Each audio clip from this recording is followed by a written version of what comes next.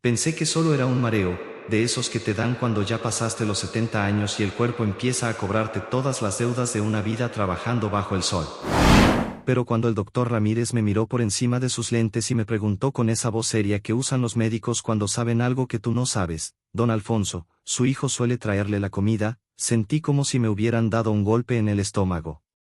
No un golpe cualquiera, sino de esos que te dejan sin aire y te hacen dudar de todo lo que creías saber de tu propia vida. Me quedé ahí sentado en esa silla fría de la consulta, con las manos sobre las rodillas, tratando de entender por qué el doctor me preguntaba específicamente sobre Rodrigo. ¿Qué tenía que ver mi hijo con los mareos que me daban después de comer? Las palabras se me quedaron atoradas en la garganta como piedras. Solo pude asentir con la cabeza, despacio, mientras sentía cómo se me empezaba a hacer un nudo ahí adentro, en algún lugar entre el pecho y la garganta.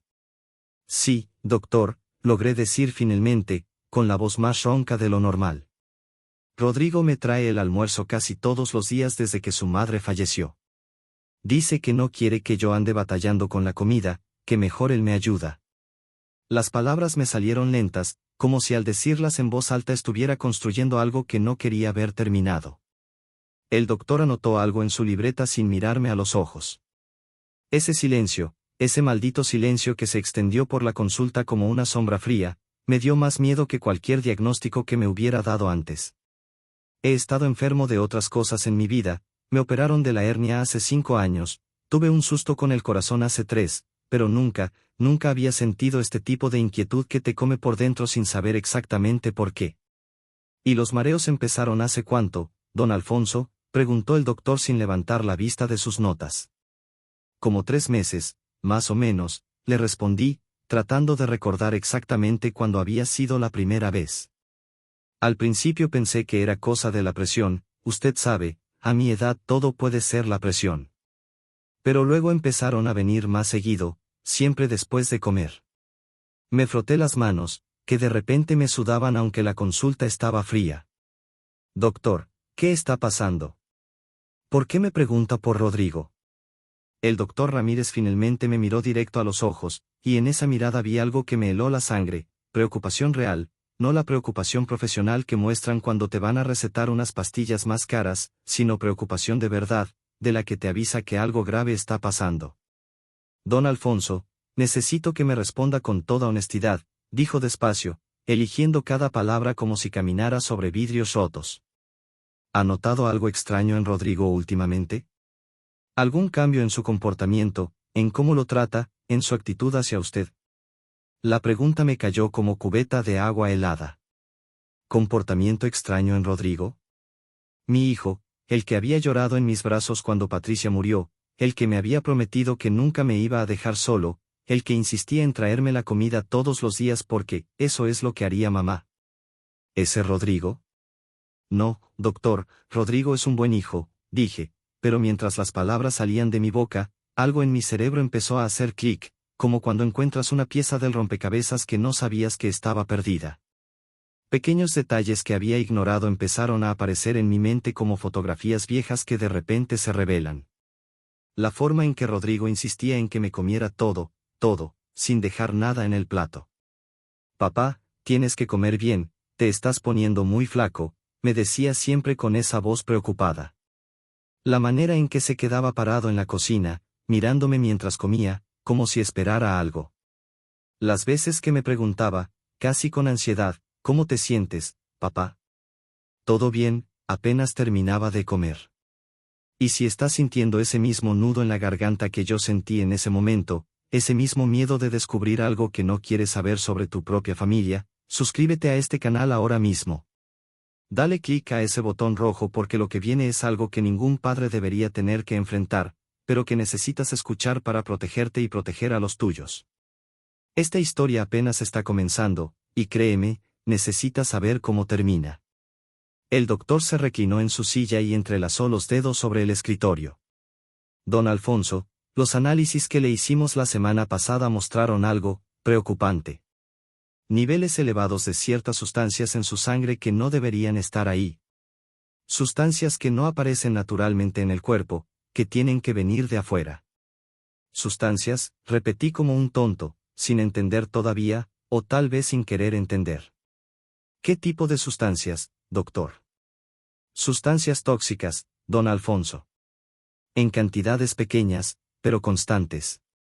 Como si alguien las estuviera administrando poco a poco, con regularidad. Hizo una pausa, dejando que sus palabras se hundieran en mí como cuchillos lentos. Por eso le pregunto por la comida. Por eso le pregunto por Rodrigo. El mundo se me empezó a ir de lado, no como los mareos que me daban después de comer, sino diferente, como si el piso de la consulta se hubiera vuelto de hielo y yo estuviera resbalándome hacia un precipicio que no podía ver pero que sabía que estaba ahí. Las manos me empezaron a temblar, igual que me temblaron el día que me dijeron que Patricia tenía cáncer, pero esto era diferente, esto era peor, porque el cáncer es una enfermedad, es algo contra lo que puedes pelear, pero esto era otra cosa. No puede ser, susurré, más para mí mismo que para el doctor. Rodrigo no, él no haría, es mi hijo, doctor. Es mi único hijo. Lo sé, don Alfonso, y créame que no hago esta pregunta a la ligera. Pero los números no mienten. Su cuerpo está siendo envenenado de manera sistemática, y la única constante en estos últimos 3 meses, según lo que me acaba de decir, es la comida que su hijo le trae todos los días. Envenenado. Esa palabra resonó en mi cabeza como campana de iglesia en funeral. Mi propio hijo. El niño que cargué en mis brazos cuando nació, al que le enseñé a andar en bicicleta, al que ayudé a construir su primera casa para pájaros cuando tenía 8 años. El mismo Rodrigo que ahora, según el doctor, podría estar, no podía siquiera pensarlo completo. ¿Qué hago, doctor?, le pregunté, y mi voz sonó quebrada, vieja, más vieja que mis 72 años. ¿Qué se supone que haga con esta información? El doctor Ramírez respiró profundo. Primero, necesitamos confirmar. Voy a darle indicaciones muy específicas, don Alfonso. Necesito que por 2 semanas no coma nada, absolutamente nada, que Rodrigo le traiga. Cocine usted mismo, compre su comida afuera, pero no acepte nada de él. Ninguna bebida, ningún platillo, nada. Y después de esas 2 semanas, vuelve aquí para nuevos análisis. Pero, ¿cómo le voy a decir que no? Él se va a extrañar, va a hacer preguntas. Invéntese algo. Dígale que está probando una dieta nueva, que el doctor le dijo que tiene que cocinar sin sal, cualquier cosa. Pero es crucial, don Alfonso, absolutamente crucial que no acepte nada de su hijo durante estas 2 semanas. Su vida podría depender de ello. Su vida podría depender de ello. Las palabras se me quedaron grabadas como si las hubieran tallado con cincel en mi cerebro. Salí de esa consulta caminando como zombi, con los papeles de las indicaciones médicas arrugados en mi mano sudorosa, el corazón latiéndome tan fuerte que podía sentirlo en las orejas. Cuando llegué a casa, esa casa donde había vivido 45 años con Patricia, donde habíamos criado a Rodrigo, donde habíamos compartido miles de comidas en esa misma mesa de la cocina que ahora veía con otros ojos, me senté en el sofá de la sala y me quedé mirando la pared. En la pared estaban las fotografías de toda una vida, Rodrigo de bebé, Rodrigo en su graduación, Rodrigo el día de su boda con Sandra, Rodrigo con sus 2 hijos, mis nietos. ¿Cómo es posible que ese hombre de las fotografías, ese padre de familia, ese hijo mío, estuviera intentando envenenarme? No, tenía que ser un error. Tenía que haber una explicación.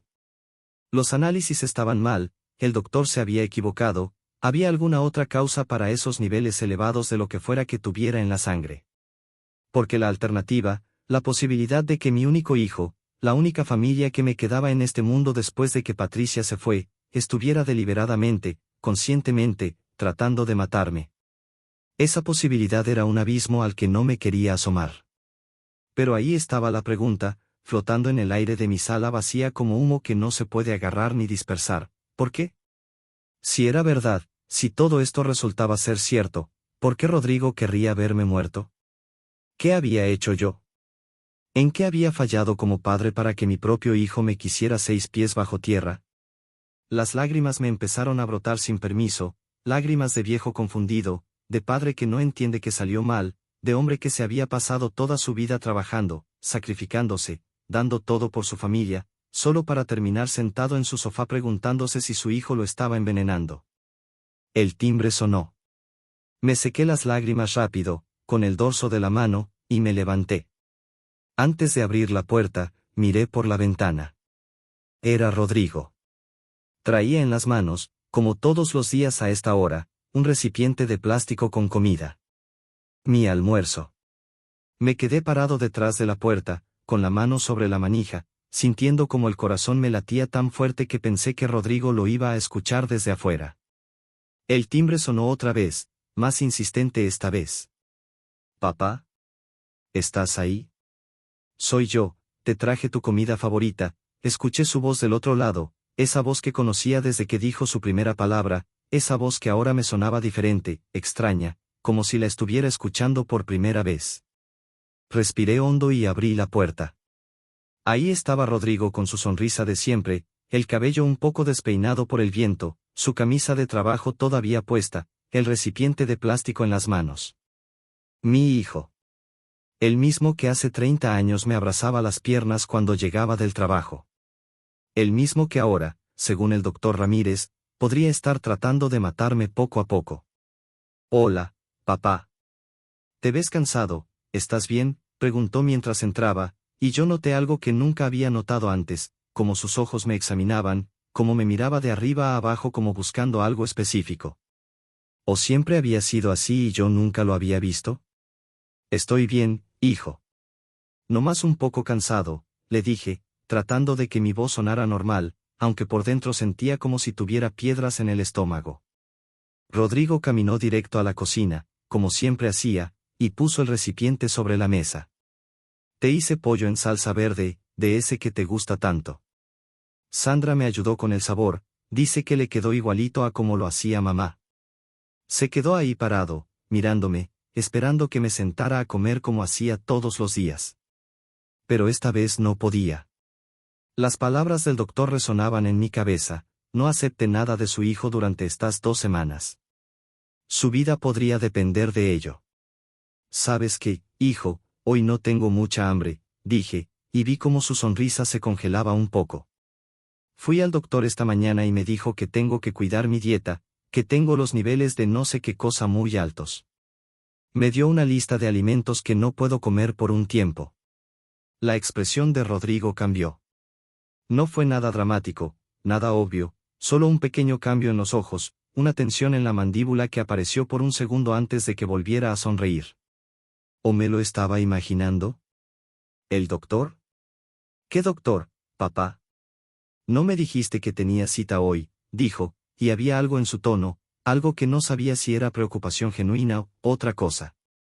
«El doctor Ramírez. Me hizo unos análisis la semana pasada y me llamó para darme los resultados. Nada grave, solo tengo que ajustar la alimentación». Cada palabra me costaba trabajo, como si estuviera construyendo una mentira con ladrillos pesados. Rodrigo se acercó al recipiente y lo abrió. El olor del pollo en salsa verde llenó la cocina, ese olor que siempre me hacía salivar, que me recordaba a los domingos cuando Patricia cocinaba para toda la familia. «Pero papá, esto es comida casera, sana. Sandra lo hizo con mucho cariño. Al menos pruébalo un poco». Y ahí estaba otra vez, esa insistencia. La misma insistencia de siempre que yo había interpretado como amor de hijo, como preocupación normal. Pero ahora, después de lo que me había dicho el doctor, sonaba diferente. Sonaba urgente. Casi desesperada. «De verdad no puedo, hijo». El doctor fue muy claro. «Tengo que prepararme mi propia comida estos días, sin sal, sin grasa, bien controlado todo». Me senté en la silla, no en la de la mesa sino en la de la sala, lejos del recipiente, lejos de la tentación y del miedo. Vi cómo Rodrigo miraba la comida, luego me miraba a mí, luego otra vez la comida. Se pasó la mano por el cabello, nervioso, y por primera vez en 3 meses vi algo en su cara que no había visto antes: frustración. O tal vez siempre había estado ahí y yo había estado demasiado ciego para verla. «Ni siquiera vas a probarla», insistió, y su voz sonó más alta de lo normal. «Sandra se levantó temprano para hacerla, papá. Va a estar muy triste si le digo que ni la probaste». Dile a Sandra que le agradezco mucho, pero las órdenes del doctor son las órdenes del doctor, respondí, sintiendo cómo se me hacía un nudo en la garganta. ¿Por qué insistía tanto? ¿Por qué le importaba tanto que comiera justo hoy? Rodrigo se quedó ahí parado por lo que me pareció una eternidad, mirando el recipiente abierto, la comida humeante, sus manos apretando el borde de la mesa. Después cerró el recipiente con un golpe seco que me hizo brincar. Está bien, papá. Como quieras, dijo con una voz que sonaba rara, forzada. Pero me preocupo por ti. Desde que mamá no está, te veo cada vez más flaco, más débil. Solo quiero cuidarte, como ella hubiera querido. Y ahí, en esa última frase, algo se rompió dentro de mí. Porque Patricia, mi Patricia, jamás hubiera querido que su hijo me hiciera daño. O tal vez no conocía a ninguno de los dos tan bien como creía. Rodrigo tomó el recipiente y caminó hacia la puerta. Voy a venir mañana otra vez. A ver si ya te sientes mejor y puedes comer algo. No era una pregunta, era casi una amenaza disfrazada de preocupación.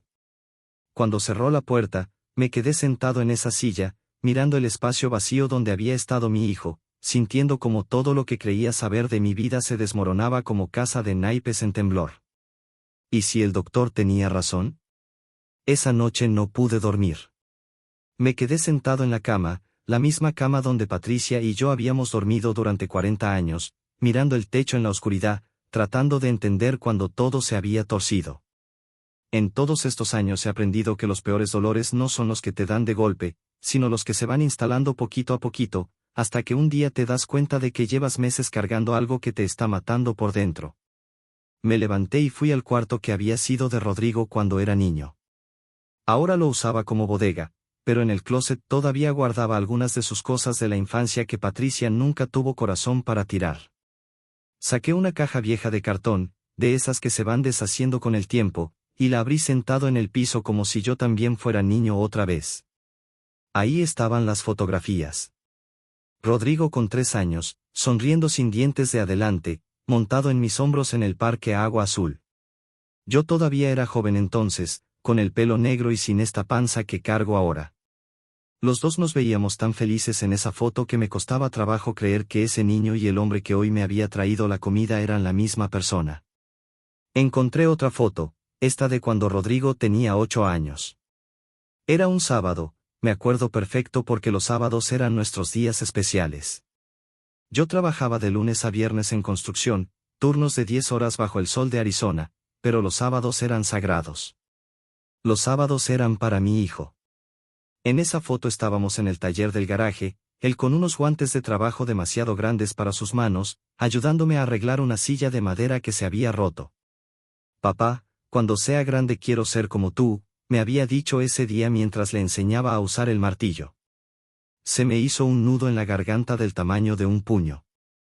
¿En qué momento ese niño que quería ser como yo se convirtió en alguien que tal vez, solo tal vez, quería verme muerto? Seguí buscando en la caja y encontré una carta arrugada, escrita con la letra torpe de un niño de 9 años. Era del Día del Padre del año 1992. La abrí con cuidado, como si fuera algo sagrado, y leí las palabras que Rodrigo había escrito con su puño y letra: Papá, eres el mejor papá del mundo. Gracias por enseñarme todo. Te amo mucho. Tu hijo, Rodrigo. Las lágrimas me empezaron a caer sin permiso, mojando el papel viejo. ¿Cómo diablos llegamos de "eres el mejor papá del mundo" a esto? ¿A un doctor diciéndome que mi hijo podría estar envenenándome? Me acordé del día que Rodrigo se graduó de la preparatoria. Yo había trabajado doble turno durante 2 años para poder pagar su escuela privada, esa escuela cara donde estudiaban los hijos de familias con dinero. Patricia me decía que no era necesario, que la escuela pública era suficiente, pero yo quería darle a mi hijo lo que yo nunca tuve. Quería que tuviera oportunidades, que no terminara con las manos destrozadas como las mías, llenas de callos y cicatrices de años de construcción. El día de su graduación, Rodrigo subió al estrado a recibir su diploma y me buscó con la mirada entre toda la gente del auditorio. Cuando me vio, me sonrió. Esa sonrisa me hizo sentir que todos los turnos dobles, todas las horas extras, todos los domingos trabajando en lugar de descansar, habían valido la pena. Ahora, sentado en el piso de su cuarto vacío, esa sonrisa me parecía una mentira. O tal vez yo era el mentiroso, tal vez siempre había visto lo que quería ver en lugar de lo que realmente estaba ahí. Después de la preparatoria vinieron años buenos. Rodrigo entró a trabajar en construcción conmigo, no porque le gustara el trabajo sino porque, según él, quería aprender el negocio desde abajo. Como tú, papá, decía. Trabajamos juntos durante 5 años. Yo le enseñé todo lo que sabía, cómo leer planos, cómo calcular materiales, cómo tratar con los clientes. Eran buenos años esos, cuando llegábamos juntos a casa sucios de trabajo, cuando Patricia nos tenía la comida lista y nos reíamos contando las cosas que habían pasado en el día. Pero después Rodrigo consiguió ese trabajo en Thompson Construcción, la empresa más grande de Phoenix. De ayudante pasó a supervisor, de supervisor a gerente. Empezó a ganar más dinero del que yo había visto en toda mi vida. Se compró su casa grande en Scottsdale, con alberca y jardín. Se casó con Sandra, una mujer de familia acomodada que siempre me miraba como si yo oliera a cemento fresco aunque me acabara de bañar. Y poco a poco, tan despacio que no me di cuenta hasta que ya era tarde, Rodrigo empezó a cambiar. O tal vez no cambió, tal vez yo simplemente empecé a ver quién era realmente. Guardé las fotografías y la carta en la caja, las manos temblándome igual que me temblaron cuando nació, cuando lo cargué por primera vez en el hospital y juré que siempre lo iba a proteger. Nunca pensé que un día tendría que protegerme de él. Volví a la cama pero no pude dormir. Cada vez que cerraba los ojos veía la cara de Rodrigo esta tarde, la forma en que había insistido para que comiera, la frustración en sus ojos cuando me negué. Y me preguntaba, una y otra vez hasta que me dolía la cabeza, ¿realmente mi hijo quiere matarme? ¿O el doctor se equivocó y yo estoy destruyendo mi relación con mi único hijo por nada? Pero entonces recordaba los mareos, la debilidad, las náuseas que venían siempre después de comer lo que Rodrigo me traía. Y el miedo volvía, ese miedo oscuro que te dice que tal vez, solo tal vez, la persona que más amas en el mundo es la que más daño quiere hacerte. Los siguientes días fueron los más largos de mi vida. Rodrigo venía todos los días, como siempre, con su recipiente de comida y su sonrisa que ahora me parecía diferente. Y yo, cada día, tenía que inventar una excusa nueva para no comer lo que me traía. El doctor me dijo que nada de pollo esta semana. Hoy tengo el estómago un poco revuelto, mejor como algo ligero. Ya preparé mi comida, hijo, no quiero que se eche a perder. Cada mentira me costaba más trabajo que la anterior. Y cada vez que Rodrigo se iba, me quedaba con ese sabor amargo en la boca, ese que te deja la desconfianza cuando se instala en tu propia casa. Pero lo que más me estaba matando era empezar a ver cosas que antes ignoraba. Pequeños detalles que mi cerebro había archivado como normales y que ahora, bajo esta luz nueva y horrible, cobraban otro significado. Me senté en la mesa de la cocina con un cuaderno viejo y empecé a escribir, tratando de poner orden en el caos que tenía en la cabeza. Como me enseñó mi papá cuando yo era chamaco, cuando un problema es muy grande, escríbelo. Las palabras en papel pesan menos que las que cargas en la mente. Escribí la primera cosa extraña que recordaba. 3 meses atrás, justo cuando empezaron los mareos, Rodrigo había insistido mucho en que dejara de cocinar. Papá, ya no tienes edad para estar batallando con la estufa. Déjame ayudarte, es lo menos que puedo hacer después de todo lo que hiciste por mí. En ese momento me había parecido un gesto amoroso de un hijo preocupado. Ahora me preguntaba si había sido otra cosa. Escribí la segunda. Hace 2 meses, Sandra había venido con Rodrigo y había revisado toda mi cocina. Suegro, tiene muchas cosas vencidas aquí. Déjeme limpiar todo esto. Se había llevado casi toda mi comida en bolsas de basura. Frijoles enlatados que todavía servían, arroz que yo había comprado hacía apenas 2 semanas. Todo esto está malo, don Alfonso. Mejor Rodrigo le trae comida fresca todos los días. La tercera cosa que anoté me hizo sentir un escalofrío. Hace un mes, Rodrigo me había regalado un termo nuevo para el café. Este es mejor que ese viejo que usas, papá. Mantiene las cosas calientes más tiempo. Yo lo había usado todos los días desde entonces, siempre con el café que Rodrigo me traía ya preparado en las mañanas cuando pasaba a verme antes del trabajo. Miré el termo ahora, sentado en la barra de la cocina, y me pregunté cuántas veces había tomado de ahí sin saber qué más estaba tomando. Me levanté y fui al bote de basura. Rebusqué entre los desperdicios hasta encontrar el recipiente de plástico del pollo en salsa verde que Rodrigo había traído hace 3 días. Lo saqué, lo lavé y lo guardé en una bolsa aparte. No sabía bien para qué, solo sabía que tal vez lo necesitaría después. El cuarto día sin comer nada de Rodrigo, me di cuenta de algo que me dejó helado, me sentía mejor. Los mareos habían disminuido casi por completo. El cansancio constante que arrastraba desde hacía meses se estaba yendo. Podía caminar al buzón sin sentir que me iba a caer. Podía leer el periódico sin que las letras se me movieran en la página. Mi cuerpo estaba mejorando justo cuando dejé de comer lo que mi hijo me traía. Esa noche, Rodrigo llamó por teléfono. Su voz sonaba tensa, preocupada. «Papá, ¿estás bien? Hace 4 días que no comes nada de lo que te llevo. Me tienes preocupado». «¿De verdad el doctor te dijo todo eso?» «Sí, hijo. Me hizo muchos análisis y tengo que seguir su dieta al pie de la letra», mentí, apretando el teléfono con tanta fuerza que los nudillos se me pusieron blancos. «¿Qué doctor es ese? Dame su nombre, quiero hablar con él». «A lo mejor está exagerando, papá. Te ves muy flaco, necesitas comer bien». Y ahí estaba otra vez, esa insistencia que ya no podía ignorar. ¿Por qué le importaba tanto que comiera específicamente lo que él me traía? ¿Por qué tanta urgencia? «No te preocupes, hijo. Estoy comiendo, no más que cosas diferentes. El doctor Ramírez sabe lo que hace». Hubo un silencio largo del otro lado de la línea. «Doctor Ramírez, ¿eh? No lo conozco. ¿Dónde tiene su consultorio?» «En la clínica de la Séptima Avenida». «Mira, Rodrigo, ya es tarde y estoy cansado. Hablamos mañana, ¿sí?» Colgué antes de que pudiera hacer más preguntas, las manos temblándome como hojas en tormenta. Me di cuenta de algo en ese momento: Rodrigo nunca había preguntado tanto por mi salud cuando yo estaba realmente enfermo. Cuando me operaron de la hernia, vino a visitarme una vez al hospital. Cuando tuve el problema del corazón, me llamó para preguntar cómo estaba, pero no vino a verme.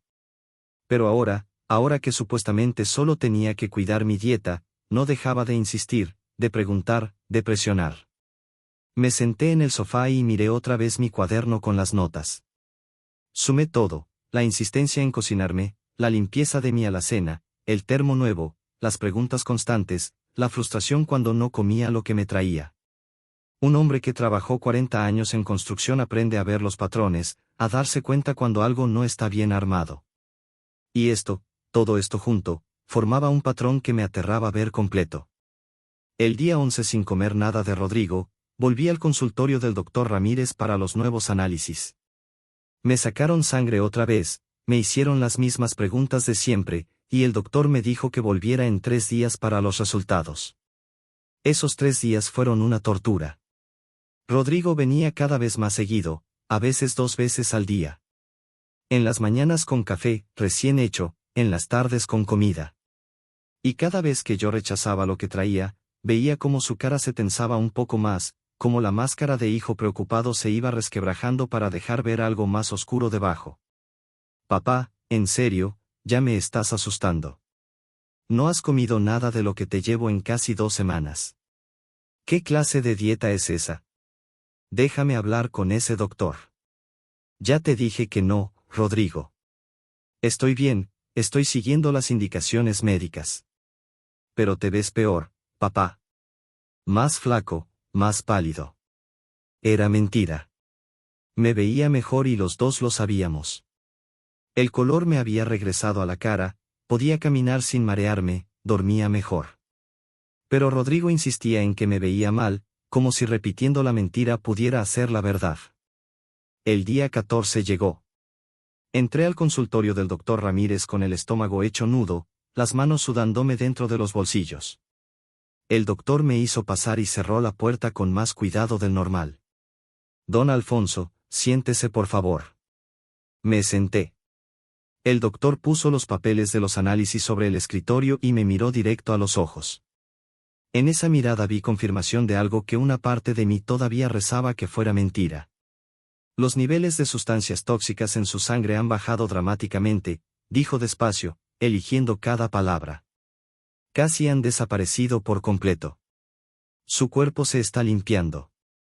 Esto confirma lo que sospechábamos, alguien estaba administrándole veneno de manera constante, y cuando dejó de recibirlo, su organismo empezó a recuperarse. La palabra, veneno, cayó en la habitación como piedra en pozo hondo. Me quedé ahí sentado, sintiendo como el mundo se me venía encima, como todo lo que había tratado de negar durante 2 semanas se volvía real, sólido, innegable.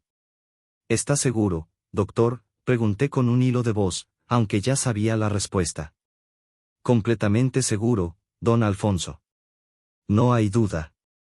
Y por el patrón de administración, por las cantidades encontradas, esto no fue un accidente. Alguien lo estuvo envenenando deliberadamente, poco a poco, probablemente para que pareciera una muerte natural por edad avanzada. Me dolió más que cualquier golpe que hubiera recibido en mi vida. Más que cuando me caí del andamio y me rompí 2 costillas. Más que cuando me machaqué la mano con el martillo. Más que todo eso junto. Porque este dolor no era en el cuerpo, era en un lugar más profundo, en ese lugar donde guardas el amor que le tienes a tus hijos. ¿Qué hago ahora?, le pregunté, y mi voz sonó como la de un niño perdido. El doctor respiró hondo. Legalmente, debería reportar esto a la policía. Es intento de homicidio. Pero entiendo que esta es su familia, su hijo. La decisión es suya, don Alfonso. Puedo darle tiempo para que piense qué quiere hacer. Necesito estar seguro, dije. Necesito pruebas, algo más que análisis de sangre. Necesito. Se me quebró la voz, necesito saber por qué. Hay una forma, dijo el doctor, abriendo un cajón de su escritorio. Sacó una bolsa pequeña con algo que parecía un frasco. Esto es un kit de detección de venenos. Si guarda una muestra de la próxima comida que su hijo le traiga y la prueba con esto, sabrá con certeza si está contaminada. Los resultados son inmediatos. Tomé el kit con manos temblorosas. Era pequeño, cabía en la palma de mi mano, pero pesaba como si estuviera hecho de plomo. Porque sabía que usarlo significaba cruzar una línea, significaba aceptar que mi hijo, mi único hijo, realmente quería matarme. Una cosa más, don Alfonso, dijo el doctor antes de que me fuera. Sea cual sea su decisión, no vuelva a comer nada que su hijo le traiga. Nada. Por su seguridad. Salí del consultorio con el kit guardado en el bolsillo de mi chamarra, sintiendo cómo me quemaba a través de la tela. El sol de Fénix me pegaba en la cara, pero yo sentía frío por dentro, un frío que no se quitaba ni con toda la luz del mundo. Cuando llegué a casa, Rodrigo ya estaba ahí. Su camioneta estaba estacionada enfrente. Me esperaba sentado en los escalones de la entrada, y en sus manos tenía un recipiente grande. Papá, qué bueno que llegas. Te hice tu platillo favorito, carne asada con frijoles charros, como los hacía mamá. Sé que has estado comiendo puras cosas aburridas por la dieta, pero un día no hace daño. Tienes que recuperar fuerzas. Me miró con esos ojos que habían sido idénticos a los míos cuando era niño, con esa sonrisa que me recordaba a todas las veces que lo había cargado en brazos, y sentí como algo dentro de mí se rompía en 1000 pedazos. Gracias, hijo, dije, tomando el recipiente. Se ve delicioso. Rodrigo se quedó parado en la puerta de mi cocina, mirándome con esa intensidad que ya no podía ignorar. ¿Vas a comer ahora, papá? Puedo quedarme un rato, si quieres. Hace tiempo que no comemos juntos. Sentí cómo se me secaba la boca. El kit de detección me quemaba en el bolsillo como brasa viva. No, hijo. Voy a guardarla para más tarde. Todavía tengo el estómago un poco delicado. Vi cómo sus hombros se tensaban, cómo apretaba la mandíbula. Papá, ya son 2 semanas de esto. Ya basta. Necesitas comer bien, necesitas recuperar fuerzas. Mamá no hubiera querido verte así. La mención de Patricia me dio un golpe en el pecho. No uses a tu madre para esto, Rodrigo. ¿Para qué, papá? ¿Para cuidarte? Es lo que estoy haciendo, lo que he estado haciendo desde que ella murió. Su voz subió de tono, había frustración real ahí, o enojo, ya no sabía distinguir. Y tú me rechazas cada vez, como si mi comida fuera basura, como si yo no valiera nada. Por un momento, solo por un momento, sentí culpa. Tal vez estaba equivocado. Tal vez el doctor se había confundido. Tal vez yo era un viejo paranoico destruyendo la relación con su hijo por nada. Pero entonces recordé los análisis, los números que no mentían, mi cuerpo recuperándose justo cuando dejé de comer lo que Rodrigo me traía. Y la culpa se transformó en algo más frío, más duro. Está bien, dije despacio. Me la como ahorita. Siéntate conmigo. La sonrisa que apareció en la cara de Rodrigo debería haberme tranquilizado, pero en lugar de eso me heló la sangre. Era demasiado rápida, demasiado aliviada, como si acabara de ganar algo importante. Se sentó frente a mí en la mesa, esa mesa donde habíamos compartido miles de comidas cuando él era niño, donde le había ayudado con la tarea durante años, donde le había dado consejos cuando tuvo su primer problema de corazón a los 15. Esa mesa que ahora parecía territorio enemigo. Voy por agua, le dije, levantándome. ¿Quieres algo de tomar? No, gracias. Yo ya cené. Fui a la cocina con el recipiente y, con las manos temblándome, saqué el kit del bolsillo. Miré hacia el comedor. Rodrigo estaba viendo su teléfono, distraído. Abrí el recipiente despacio, tratando de no hacer ruido. El olor de la carne asada llenó la cocina, ese olor que siempre me había hecho agua a la boca. Saqué la pequeña tira de prueba del kit, siguiendo las instrucciones que el doctor me había explicado. Solo necesitaba tocar la comida con la punta y esperar 30 segundos. Si cambiaba de color, había veneno. Si se quedaba igual, la comida era segura. Metí la punta de la tira en los frijoles charros, en esa salsa oscura que se veía tan rica. Mi corazón latía tan fuerte que pensé que Rodrigo lo escucharía desde el comedor. 30 segundos que se sintieron como 30 años. La tira empezó a cambiar de color. Primero un tono rosado suave, después más oscuro, hasta volverse de un rojo intenso que según las instrucciones significaba presencia de sustancias tóxicas en niveles peligrosos. Se me aflojaron las piernas. Tuve que agarrarme del borde del lavabo para no caerme ahí mismo. La tira de prueba se me cayó de las manos y aterrizó en el piso de linóleo con un sonido que me pareció más fuerte de lo que era. «Papá, ¿estás bien?» La voz de Rodrigo vino desde el comedor. Sí, logré decir, aunque mi voz sonaba rara hasta para mí. Se me cayó el vaso. Recogí rápido la tira y la guardé en mi bolsillo junto con el kit. Cerré el recipiente con manos que no dejaban de temblar. Respiré hondo 3 veces, tratando de calmar el temblor, de controlar el pánico que me subía por la garganta como marea oscura. Cuando volví al comedor, Rodrigo me miraba con esa expresión que yo ya no sabía leer. ¿Era preocupación lo que veía en sus ojos? ¿O era impaciencia? ¿Vas a comer o no?, preguntó. Me senté con el recipiente cerrado frente a mí. Cada segundo que pasaba se sentía más pesado que el anterior. Mi hijo, sentado ahí del otro lado de la mesa, esperando que comiera veneno. Mi hijo, que había crecido en esta casa, que había aprendido a caminar en esta sala, que había cenado en esta mesa miles de veces. ¿Sabes qué, hijo? Creo que mejor me espero un rato. Todavía tengo el estómago. No. Rodrigo golpeó la mesa con la mano, haciendo que las sillas brincaran. Se levantó de golpe, su cara transformada en algo que no reconocía. 2 semanas, papá. 2 semanas inventando excusas. ¿Qué pasa?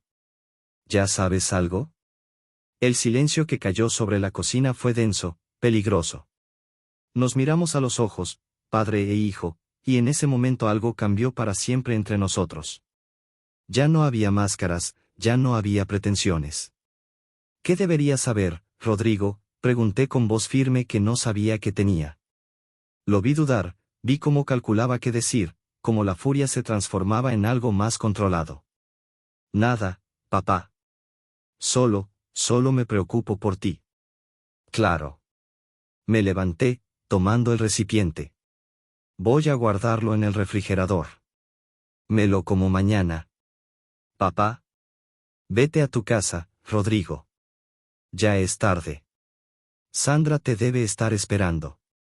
Se quedó ahí parado un momento que se sintió eterno, sus puños apretados a los costados, la mandíbula tensa. Después tomó las llaves de su camioneta de la mesa. Está bien. Pero mañana vuelvo. Y espero que para entonces ya hayas comido. Cuando la puerta se cerró detrás de él, dejé caer el recipiente en el fregadero y me sostuve del borde con ambas manos, las piernas apenas aguantándome. Ya no había dudas. Ya no había esperanza de estar equivocado. Mi hijo me quería muerto. No dormí nada esa noche. Me quedé sentado en la sala, con las luces apagadas, mirando por la ventana hacia la calle vacía, tratando de entender el porqué. Porque una cosa es saber que tu hijo te quiere muerto, y otra muy distinta es entender la razón. A las 3 de la mañana, con el cerebro cansado de dar vueltas a las mismas preguntas sin respuesta, recordé algo. Hace como 6 meses, Rodrigo me había pedido que firmara unos papeles. Es solo un trámite, papá, para que si algo te pasa, yo pueda ayudarte con tus cosas. Para que no haya problemas legales.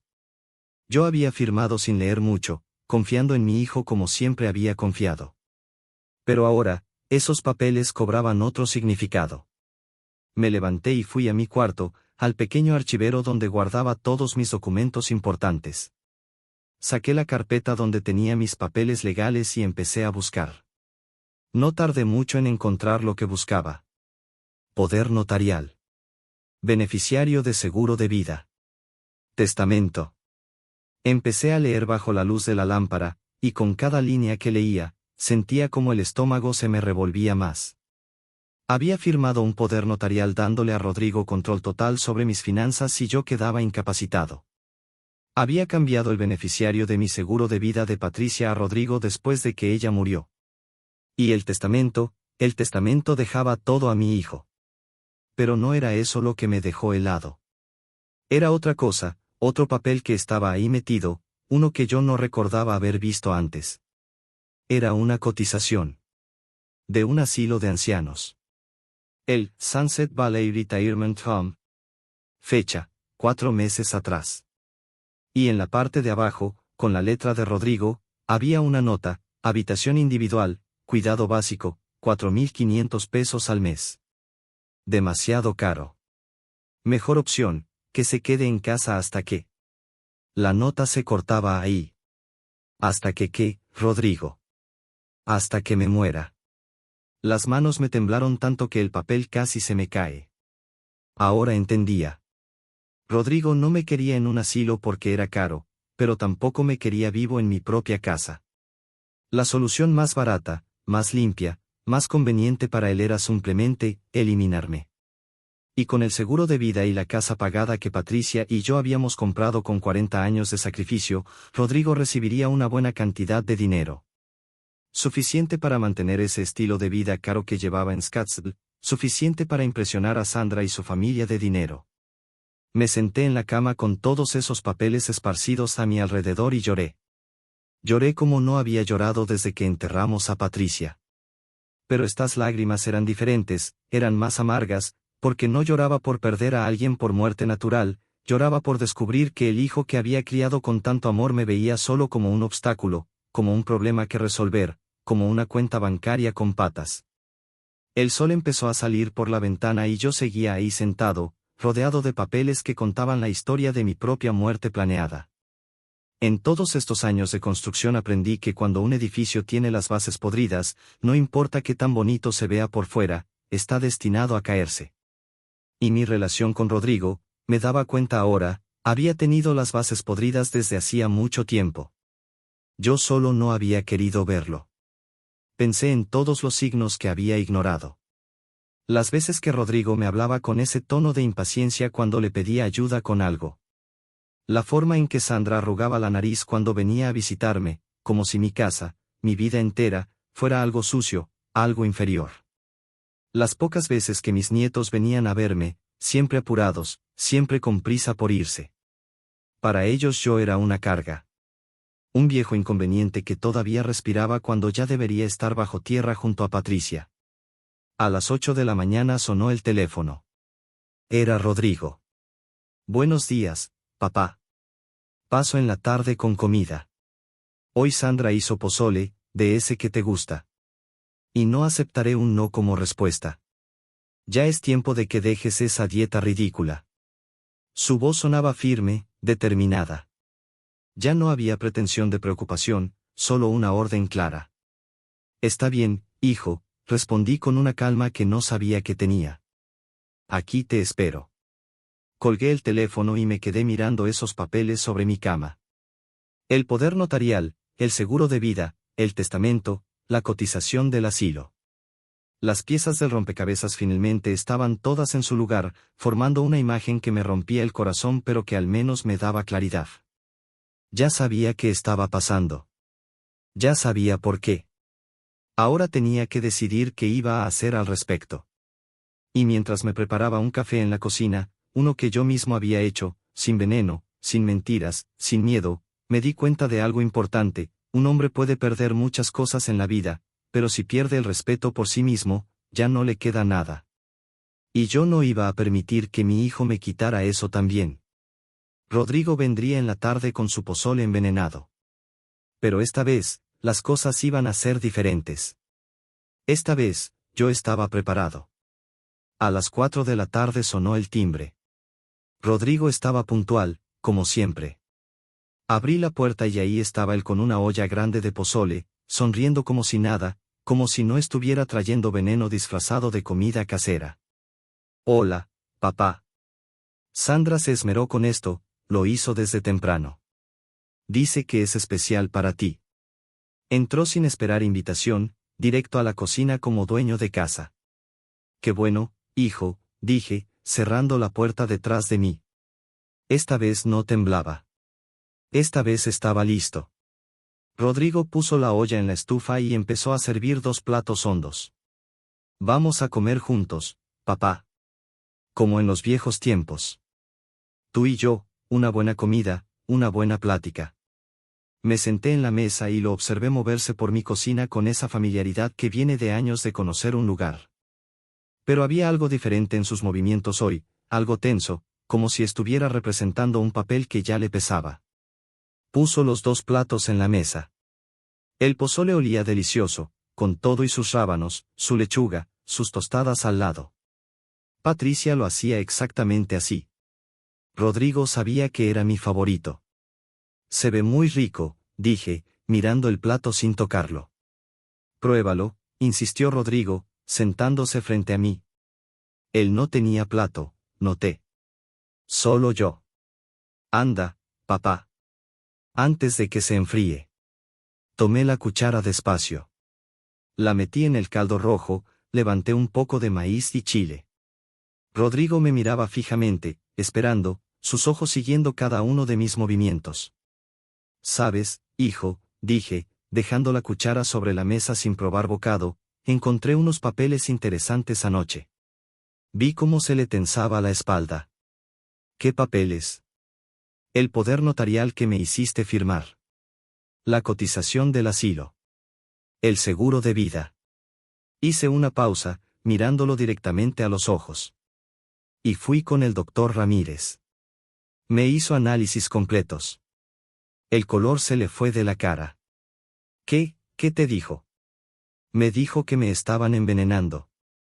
Poco a poco, con dosis pequeñas pero constantes.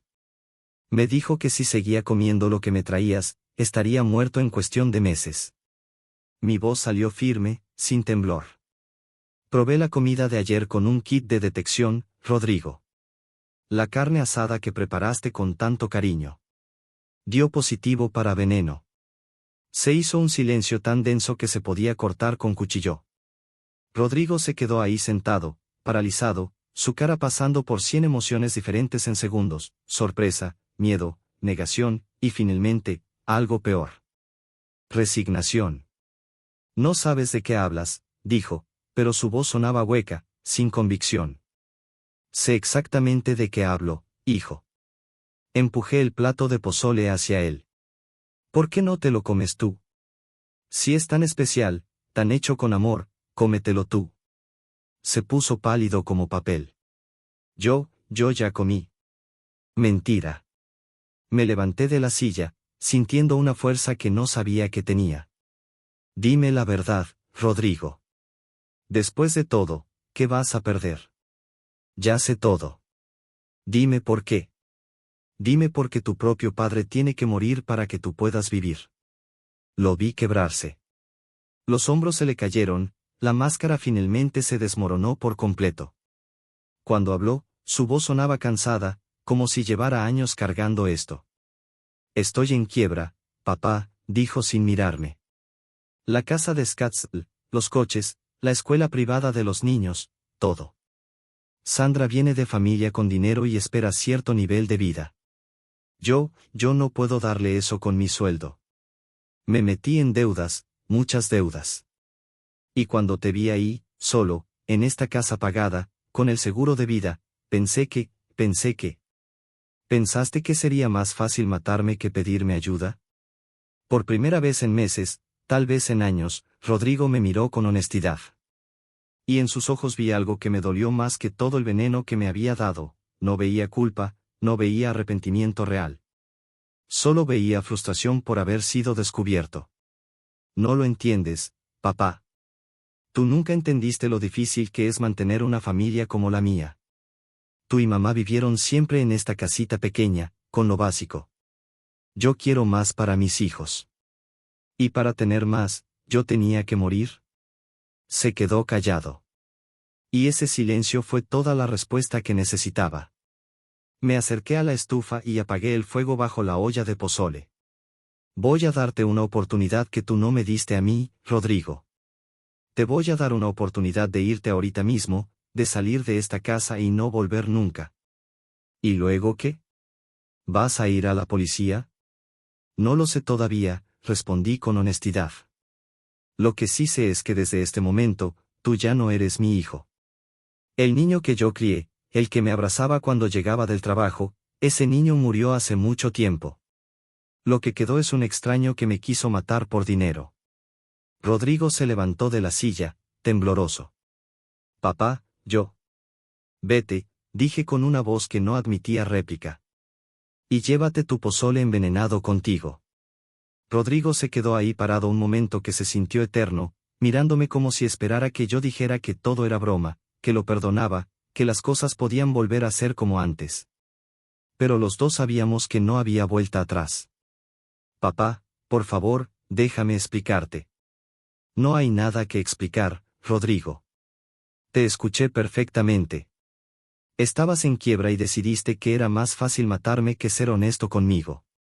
Me crucé de brazos, manteniéndome firme aunque por dentro sentía como si me estuvieran desgarrando. Ni siquiera tuviste el valor de pedirme ayuda. Simplemente decidiste que yo valía más muerto que vivo. Vi cómo abría la boca para decir algo, pero las palabras no le salieron. Tomó la olla de pozole con manos temblorosas y caminó hacia la puerta. Antes de salir, se volteó una última vez. Los niños van a preguntar por ti. Esa frase me pegó como puñetazo, pero no iba a dejarme manipular. Diles la verdad. Diles que su padre intentó matar a su abuelo por dinero. O miénteles, que parece ser lo que mejor se te da. Pero no los traigas aquí nunca más. No quiero que vean en lo que te convertiste. La puerta se cerró y me quedé solo en mi casa. En el silencio que siguió, me permití sentir todo lo que había estado conteniendo, el dolor, la traición, la tristeza de perder a mi único hijo no por muerte, sino por decisión. Por su decisión de matarme y mi decisión de no permitirlo. Me senté en el sofá y saqué mi teléfono. Marqué el número del doctor Ramírez. Doctor, soy Alfonso Herrera. Necesito que me ayude con algo. Al día siguiente, el doctor Ramírez vino a mi casa con un detective de la policía de Phoenix. Les mostré todo, los análisis de sangre, el kit de detección que había usado con la comida, los papeles que encontré sobre el asilo y el seguro de vida. El detective tomó notas mientras yo contaba la historia completa, sin llorar, sin temblar. Solo los hechos. Don Alfonso, con esta evidencia podemos arrestar a su hijo por intento de homicidio, dijo el detective cuando terminé. Pero necesito que entienda algo, una vez que esto avance, no hay vuelta atrás. Su hijo irá a prisión. Me quedé callado un momento largo. Pensé en el niño que Rodrigo había sido, en las fotografías que todavía guardaba en cajas, en todas las promesas que nos habíamos hecho el uno al otro. Pero también pensé en los últimos 3 meses, en cada comida envenenada, en cada «te amo, papá», que había sido mentira, en la frialdad con la que había planeado mi muerte. Haga lo que tenga que hacer, dije finalmente. Nadie, ni siquiera mi hijo, tiene derecho a quitarle la vida a otro ser humano por conveniencia. 3 días después, arrestaron a Rodrigo en su trabajo. Sandra llamó a mi casa gritando, insultándome, diciéndome que era un viejo amargado que estaba destruyendo a su familia por pura maldad. Le colgué el teléfono sin decir palabra.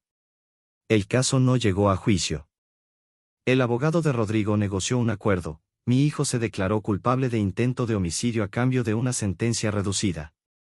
5 años de prisión, 3 con buena conducta. También tuvieron que investigar a Sandra. Encontraron mensajes entre ella y Rodrigo donde discutían sobre el problema del viejo y cuánto tiempo más iba a tardar. Ella recibió 2 años por complicidad. Yo no fui a ninguna de las audiencias. No quería ver la cara de mi hijo esposado, no quería escuchar sus excusas, no quería darle la satisfacción de verme sufrir. El único momento en que nos comunicamos fue a través de una carta que me mandó desde la cárcel. La leí una sola vez. Papá, sé que lo arruiné todo. No espero que me perdones. Solo quiero que sepas que siento haberte decepcionado. Los niños preguntan por ti todos los días. Les digo que estás enfermo, que no puedes verlos. No saben la verdad. Tal vez algún día puedas. Rompí la carta sin terminar de leerla. Algunas cosas no se perdonan, no porque uno sea rencoroso, sino porque perdonarla sería perder el último pedazo de dignidad que te queda. Los meses que siguieron fueron extraños. La casa se sentía más vacía pero también más mía. Empecé a cocinar otra vez, retomé viejas amistades que había descuidado, me apunté a un grupo de la iglesia para hombres mayores. Poco a poco, fui reconstruyéndome. Un día, revisando mis documentos legales con un abogado nuevo, descubrí algo que Rodrigo no sabía. La casa donde él vivía en Scottsdale, esa casa grande con alberca que tanto le gustaba a Sandra, yo la había ayudado a comprar. Había puesto el 30% del enganche hace años, cuando Rodrigo me dijo que era su sueño. Y en los papeles, en letra pequeña que él nunca leyó, yo aparecía como copropietario. Con Rodrigo en prisión y Sandra sin poder pagar la hipoteca sola, el banco empezó el proceso de ejecución. Yo podría haber intervenido, podría haber pagado para salvar la casa. Pero no lo hice. La verdad es que uno aprende, después de todos estos años, que el amor de padre tiene límites. Y que a veces, la mejor lección que puedes darle a un hijo es dejar que enfrente las consecuencias completas de sus decisiones. Han pasado 8 meses desde que Rodrigo entró a prisión. 8 meses en los que he aprendido a vivir con el peso de haber denunciado a mi propio hijo, pero también con la paz de haberme salvado la vida a mí mismo.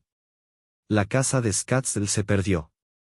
Sandra tuvo que mudarse con sus padres, llevándose a mis nietos a quienes probablemente nunca volveré a ver. A veces, cuando estoy solo en las noches, pienso en ellos y me duele. Pero después recuerdo que su padre planeó mi muerte durante meses, y el dolor se transforma en algo diferente, en aceptación de que algunas relaciones están rotas más allá de cualquier reparación. El otro día estaba en el supermercado comprando mis cosas cuando me encontré con don Héctor, un viejo amigo de la construcción que no veía desde hace años. Nos pusimos a platicar ahí mismo entre los pasillos, y cuando le conté lo que había pasado con Rodrigo, esperaba ver lástima en sus ojos. Pero lo que vi fue otra cosa. Alfonso, me dijo poniéndome una mano en el hombro, hiciste lo correcto. Un hijo que traiciona así a su padre no es hijo, es un extraño con tu apellido. Te salvaste la vida, compadre. Eso no es ser mal padre, es ser hombre que se respeta a sí mismo. Sus palabras me cayeron como agua fresca en día caliente. Porque esa era la pregunta que me había estado comiendo por dentro todos estos meses. ¿Fui mal padre? ¿Fallé en algún momento crucial de su crianza que lo convirtió en alguien capaz de envenenar a su propio padre? He llegado a entender algo en estos meses de soledad y reflexión: uno puede ser el mejor padre del mundo y aún así criar a un hijo que salga malo. Porque al final, cada persona decide quién quiere ser. Yo le di a Rodrigo amor, educación, valores, oportunidades.